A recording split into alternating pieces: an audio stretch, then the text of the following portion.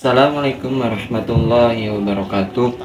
Halo teman-teman semua, kali ini kita akan ngebahas tentang bagaimana sih hukumnya mengucapkan selamat hari ini di tanggal 25 Desember. Apakah boleh atau enggak? Soalnya ini sakral banget sebenarnya sih, masalah lakum dinukum waliyadin atau masalah agama ya teman-teman. Oke, kita langsung saja lihat penjelasan dari guru kita Ustadz Adi Hidayat. Kita dengerin ya, simak sampai habis supaya kita dapat ilmunya, semoga bermanfaat. Kita simak ya. Memandang Natal itu termasuk pada ranah ibadah, maka praktek toleransinya bagi umat Islam menggunakan skema yang pertama tadi. Ya, apa skemanya? Lakum dinukum waliyadin. Nggak boleh diganggu. Ya, bahkan harus dihormati. Bagaimana cara menghormatinya? Cara menghormatinya dengan cara membiarkan saudara-saudari kita beribadah sesuai dengan keyakinannya masing-masing, tanpa mencampurinya sedikit pun, baik dengan perkataan ataupun juga dengan suasana hati tertentu, apalagi dengan perbuatan. Ya, seperti ikut-ikutan ke gereja misalnya, atau menyimak kebaktian, atau mengenakan pakaian-pakaian yang memang khusus dipahami sebagai bagian dari ibadah ya di agama tertentu. Atau bahkan mohon izin di perspektif yang lain, sisi sebaliknya. Misalnya ada yang sering dengar kita kasusnya ya di usaha-usaha tertentu, di mall misalnya, atau di bisnis tertentu yang pegawainya kadang dipaksa untuk mengenakan pakaian-pakaian tertentu. Itu ya nggak boleh. Ya, jadi nggak boleh ada unsur paksaan di dua sisi secara bersamaan. Jadi kita juga tidak perlu memaksakan diri karena aspek menghormati ini. Ya, jadi tidak mengenakan itu justru ini bagian dari toleransi. Ya, menjaga perasaan, menampilkan satu pandangan yang utuh tentang konsepsi keberagamaan, menghormati, ya. Jadi baik itu dari segi perkataan, kemudian juga suasana hati, pun dengan perbuatan. Tidak perlu dipaksakan, ya, apalagi sampai menyertai. Ya, dan itu sudah ada fatwa-fatwa ulama terkait dengan yang demikian. Bahkan dalam urusan untuk mohon maaf ya, menghadirkan potensi untuk menyakiti, mengganggu, merusak, itu tidak diperkenankan sama sekali. Karena seringkali kita mendengar ada isu-isu, ya kalau sudah masuk ke Desember ada penjagaan ketat dari aparatur kepolisian dan sebagainya di gereja-gereja tertentu, karena dikhawatirkan ada serangan-serangan atau teror dan sebagainya. Sekaligus kita menegaskan, ya kita menegaskan, ya, khususnya pada umat Islam bahwa tidak boleh sama sekali mengganggu, apalagi merusak. Mencela pun tidak diperkenankan. Itu ada surahnya sendiri loh. Surah ke-6 Al-An'am ayat 108. Wala tasubbul ladzina yad'una min dunillahi fayasubbullaha adwan bighairi ilm. Jangan sekali-kali engkau mencela dan orang-orang yang berbeda keyakinan dengan kita, tidak menyembah Allah Subhanahu wa taala. Dikhawatirkan balas mencela Allah atas dasar ketidakpengetahuan mereka. Ya, nanti timbul rasa benci. Nah, rasa benci yang berlebihan ini tidak mendorong kemudian untuk mencari, mendapatkan petunjuk pada kebenaran atau mau menggali Islam. Bahkan di situ nanti muncul celaan-celaan tanpa dasar pengetahuan. Jadi mencela saja tidak boleh, apalagi merusak. Perhatikan bagaimana satu sisi tingkat tinggi toleransi dalam Al-Quran disajikan terkait dengan aspek ibadah. Jadi silahkan ditunaikan, ya kan? Senyaman mungkin, sebaik mungkin, sesuai dengan keyakinannya masing-masing, dan umat Islam tidak perlu mencampuri segala yang terkait dengan ibadahnya ini, baik itu dengan perkataan ataupun dengan suasana hati tertentu, atau bahkan dengan perbuatan-perbuatan tertentu. Nah, kenapa saya sebutkan perkataan, hati, dan perbuatan? Karena di dalam Islam aturan ibadah ini mencakup kepada tiga aspek tadi. Jadi ada ibadah menggunakan hati. Ya, masih ingat kan babnya? Bab niat kan? Niat itu kan bersumbernya di mana? Dalam hati. Ya kan? Dalam sholat ada niat, dalam puasa ada niat, dalam haji ada niat. Sumbernya di mana? Di hati. Kemudian yang kedua, ada ibadah lisan.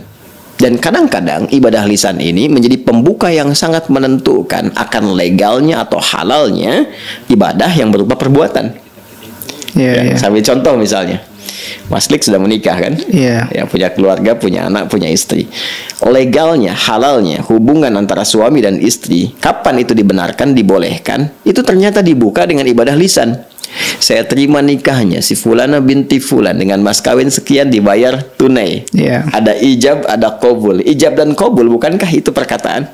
Itu ibadah dan disebut mitsaqan ghalidha, perjanjian yang sangat kuat, komitmen yang harus dipegang erat. Itu ibadah. Itu dengan lisan. Kemudian juga syahadat. Ya, pokok pertama rukun Islam yang pertama itu kan syahadat. Asyhadu an la ilaha illallah wa asyhadu anna Muhammadar Rasulullah. Dengan apa diucapkan? Lisan. Dengan lisan kan. Maka lisan pun beribadah, kan? Kemudian perbuatan. Ya, perbuatan kita sholat, bergerak, gitu kan? Kemudian juga kita membaca Al-Quran dengan megang mushaf dan sebagainya. Bahkan ada gabungan antara lisan, hati, dan perbuatan seperti sholat.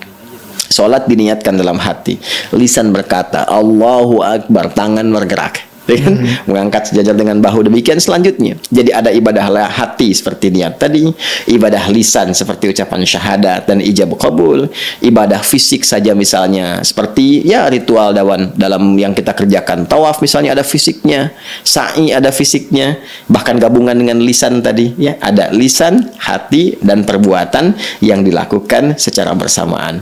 Nah, karena tadi kesan yang terbangun dalam Natal tadi kesannya adalah ibadah, maka satu dari tiga unsur ini pun tidak boleh menyertainya. Ya, tidak boleh ada unsur niat menyertai, tidak boleh antara unsur perbuatan menyertai, dan tidak boleh ada unsur lisan menyertai. Jadi kalau kemudian kita hadirkan misalnya unsur lisan dengan mengatakan kalimat misalnya selamat Natal, sekian sekian sekian, sementara di Natal itu ada unsur ibadah, unsur yang berbeda dalam konsepsi ketuhanannya. Ada unsur penyembahan, ya, ada unsur peribadahan seperti tadi yang digambarkan. Datang ke gereja, ada proses tertentu yang sesungguhnya dalam keyakinan kita Islam dipandang berbeda. Jadi kalau kita ucapkan ada pengakuan di situ. Sementara komitmen la ilaha illallah adalah tidak menuhankan kecuali hanya Allah saja, menepikan yang lain kecuali hanya menuhankan Allah.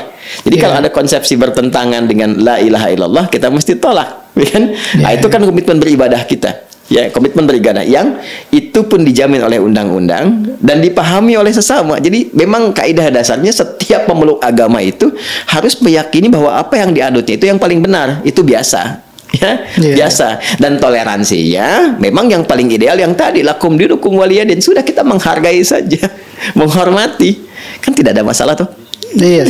Sebetulnya nggak ada masalah. Dan yang paling menarik begini ya, yang paling menarik bahkan saudara-saudari kita pun sebangsa setanah air yang berbeda keyakinan, misalnya baik itu di Kristen ya ataupun mungkin Katolik atau Hindu Buddha atau Konghucu, di hari-hari besarnya tidak pernah menuntut kepada kita. Seperti kita pun tidak pernah menuntut di Idul Fitri harus ucapkan ya selamat Idul Fitri ya, Idul Adha ya, waktu Idul Adha kami ini mayoritas loh, kan tidak pernah begitu. Kita tidak pernah membangun isu mayoritas minoritas, tidak pernah seperti itu. Ya, bahkan saya pernah katakan sesuatu yang biasanya digunakan di tempat lain, di negara lain sebagai toleransi ya dalam konteks keagamaan, ya konteks keumatan, bahkan mayoritas agama yang ada di tempat itu hari liburnya digunakan ya berdasarkan hari ibadahnya yang mayoritas itu. Kalau Anda mau lihat di Eropa hari liburnya ada apa? Minggu kan? Mereka menyebutnya dengan minggu kan? Baik. Kalau di Arab umumnya di Mekah hari apa? Jumat. Kan di Saudi Jumat, di mana lagi di Qatar misalnya Jumat, kan? Ya, kenapa? Karena kebanyakan hari Jumat itu orang Muslim di sana kan menunaikan ibadah sholat Jumat, umumnya Jumatan. Di Eropa hari Minggu umumnya pada ke gereja. Di Amerika Minggu karena hari untuk ibadahnya hari Minggu. Jadi yang mayoritas punya hari ibadah jadikan hari libur. Di Indonesia mayoritasnya Muslim, tapi hari liburnya hari apa? Ahad. Ya. Coba Anda bisa lihat kan?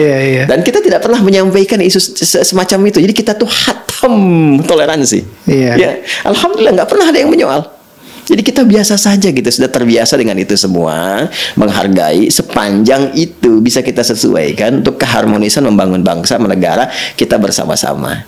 Nah, tadi tarik ke dalam konsepsi beribadah, dalam toleransi beribadah pun tuh porsinya ada. Ya, jangan sampai dipahami bahwa karena tidak mengucapkan nggak toleran.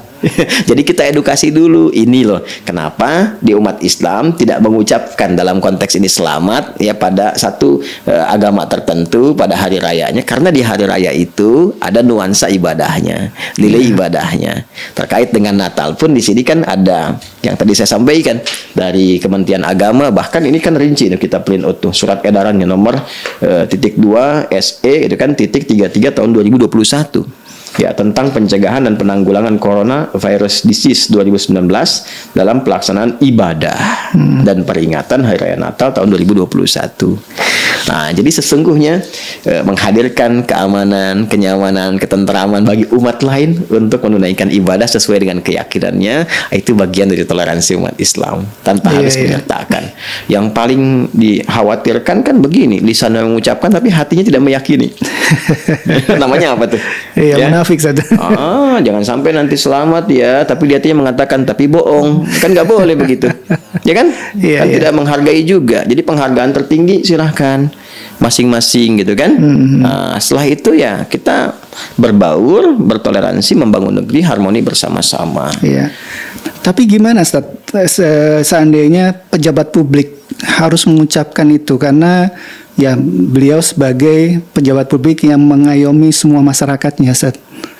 Apakah ini ada pengecualian atau gimana, Ustaz? Ya, seperti presiden, betul, gubernur, bahkan menteri agama. Menteri agama ini ya, saya. karena kan mengayomi seluruh agama betul, Ustaz. Di Indonesia, atau bahkan lebih dahsyat daripada itu, adanya satu hubungan keluarga, mungkin anak masuk Islam, orang tua belum, tuh kan? Jadi ada heterogenitas dalam betul, banyak hal juga itu. Dan bersyukurnya, alhamdulillah, Islam pun sudah tuntas mengatur itu. Oh gitu, Ustaz? Iya, baik di suasana ya, ibadah-ibadah di keyakinan tertentu, seperti misalnya momennya Natal saat ini untuk saudara-saudari kita yang di Kristen ataupun Katolik, atau bahkan di luar konteks ibadahnya secara bersosial, ini lebih dahsyat lagi. Ya. Nah, ini di Islam itu selalu ada hukum mustathnayat. Mustathnayat itu hukum-hukum pengecualian dalam kondisi darurat tertentu yang itu dibutuhkan karena timbangan-timbangan khusus, kasusnya spesial. Dan itu pun dalam istilah fikih ada dawabitnya. Ya, ada detil-detil hukum tertentu yang menyertai hanya di situasi itu saja, mengikat keadaan itu saja. Ya, karena itu ulama sudah mengkaji ini dengan cukup dalam, bahkan mengambil hukum di muamalah, kan, dalam interaksi sosial, karena perannya ada peran muamalah di situ, ya, tidak murni hanya untuk kepentingan ibadah atau bahkan menyertai itu, tidak, tapi hanya karena ada peran muamalah, interaksi dia atau amanat yang berlaku secara luas dalam konteks sosial di sini, maka diambillah kemudian spirit Quran surah ke-60 Al-Mumtahanah di ayat yang ke-8 saat Allah berfirman, la yanhakumullahu 'anil ladzina lam yuqatilukum fid din wa lam yukhrijukum min diyarikum an tabarruhum wa tuqsitu ilaihim.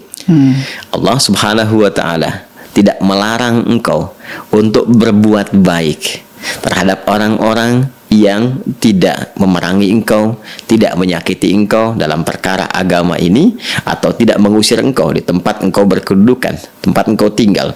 Maka berbuat baiklah kepada mereka dan bersikap adillah dalam berkehidupan. Ini konteksnya konteks sosial. Konteks interaksi berkehidupan sosial, dan boleh jadi dalam konteks berkehidupan sosial yang skalanya besar, berbangsa, bernegara, bermasyarakat, ada yang diamanahi tadi ya sebagai presidenkah atau pejabat publik seperti gubernur, bahkan menteri agama misalnya, yang harus berinteraksi secara sosial, tidak mengkhususkan karena ibadahnya atau dan hal-hal terkait itu.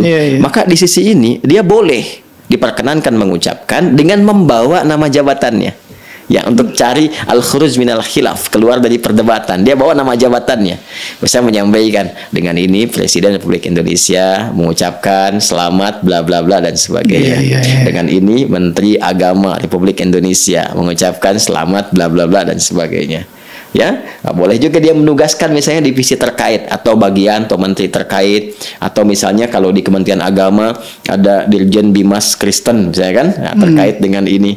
Tapi kalau dirasakan rasanya kok nggak nyaman ya gitu kan, ini kan ada jabatan mengikat dan sebagainya, maka diharapkan yang tampilnya menterinya atau misalnya pejabat publiknya, maka sertakan jabatannya. Ya, bukan menyertakan pribadinya untuk keluar dari khilaf, keluar dari perdebatannya, ya, khuruj minal khilaf namanya.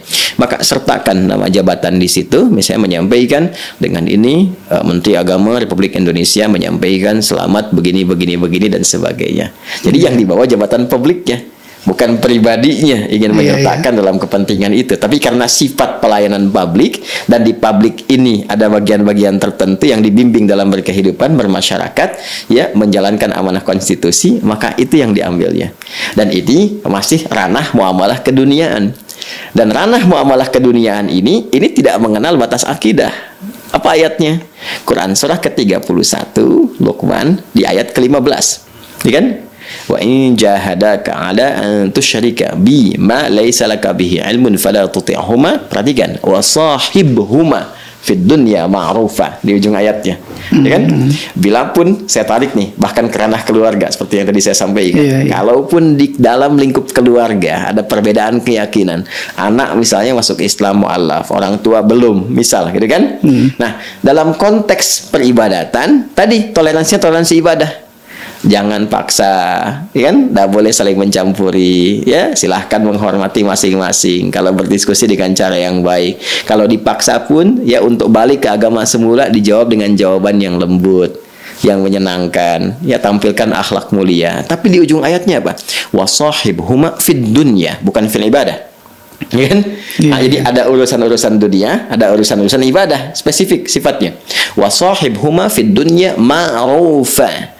Dan pergauli orang tua itu, perlakukan dengan cara yang terbaik dalam konteks kehidupan dunianya, sifat bersosialnya. Jadi artinya apa? Perbedaan agama tidak menghalangi seorang anak untuk berbakti kepada kedua orang tuanya dalam konteks kehidupan dunia.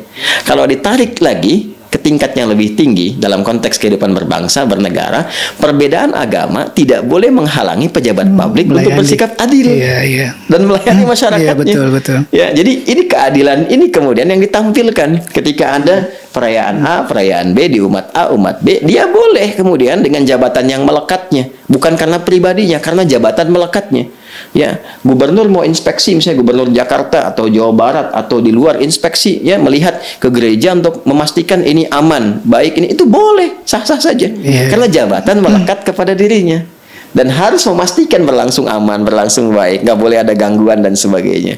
Nah, ketika akan mengucapkan selamat, jabatannya dilekatkan di situ. Jadi jabatan yang menjadikan pelayanan publik ini terjamin, bahkan itu perintah Al-Quran. Ya, bukan pribadinya yang ingin menyampaikan itu, tapi lebih kepada jabatan yang melekat. Bisa dibedakan. Wasahibhuma fid dunya, dikaitan dengan itu. Nah, anak pun, ya kan, mungkin ada pertanyaan lagi, boleh nggak ngasih hadiah? Gitu. Itu dia. Kunjungan ke rumah dan sebagainya. Nah, ini di sini khuruj minal khilaf lagi, keluar dari perdebatan, bisa diatur waktunya untuk menyesuaikan. Misal kan karena tadi kebolehannya diikat dengan konteks berhubungan sosial, keduniaan, bukan spesifik ke agama, maka yang pertama kali dilakukan misalnya tidak harus bersamaan waktu. Sehari setelahnya atau 2 hari setelahnya niatkannya untuk silaturahim datang, kan? Ya, bawa makanan, bawa apa, ya, tapi bukan terkait dengan konteks ibadah karena ibadahnya kan udah lewat. Tanggal 25 kan, datang tanggal 26. Dia datang tanggal misalnya 27 gitu kan. Dan kaitan-kaitan yang tidak erat langsung tersambung dengan ibadah. Nah, itu keluar dari konteks perdebatan, konteks khilaf, hal yang tidak mungkin menyenangkan karena nggak semua orang bisa memahami konsepsi ini. Kan? Dan memang kalau memuaskan manusia itu nggak akan pernah merasa puas gitu. Karena semua kan punya tinjauan berbeda. Tapi ini indah loh konsep toleransinya. Ya, kita membiarkan, kan? Kemudian di sini tidak ada unsur-unsur yang berbeda antara suasana hati dengan lisan. Kan Islam itu menjaga kejujuran, menjaga kemuliaan, kebenaran. Kan tidak benar kalau orang berkata di lisan tapi hati mengingkari. Itu kan ada sifat munafik, tidak sesuai antara lisan dengan hati. Tadi yang saya katakan demikian. Apa mau misalnya Mas Dik saya katakan selamat ya Mas Dik ya, kan sudah mendapatkan anak sekian ya, dan mereka pintar-pintar, tapi di hati mengatakan tapi bohong ya. Alhamdulillah teman-teman, itu kita telah mendengarkan kajian dari Ustadz Adi Hidayat.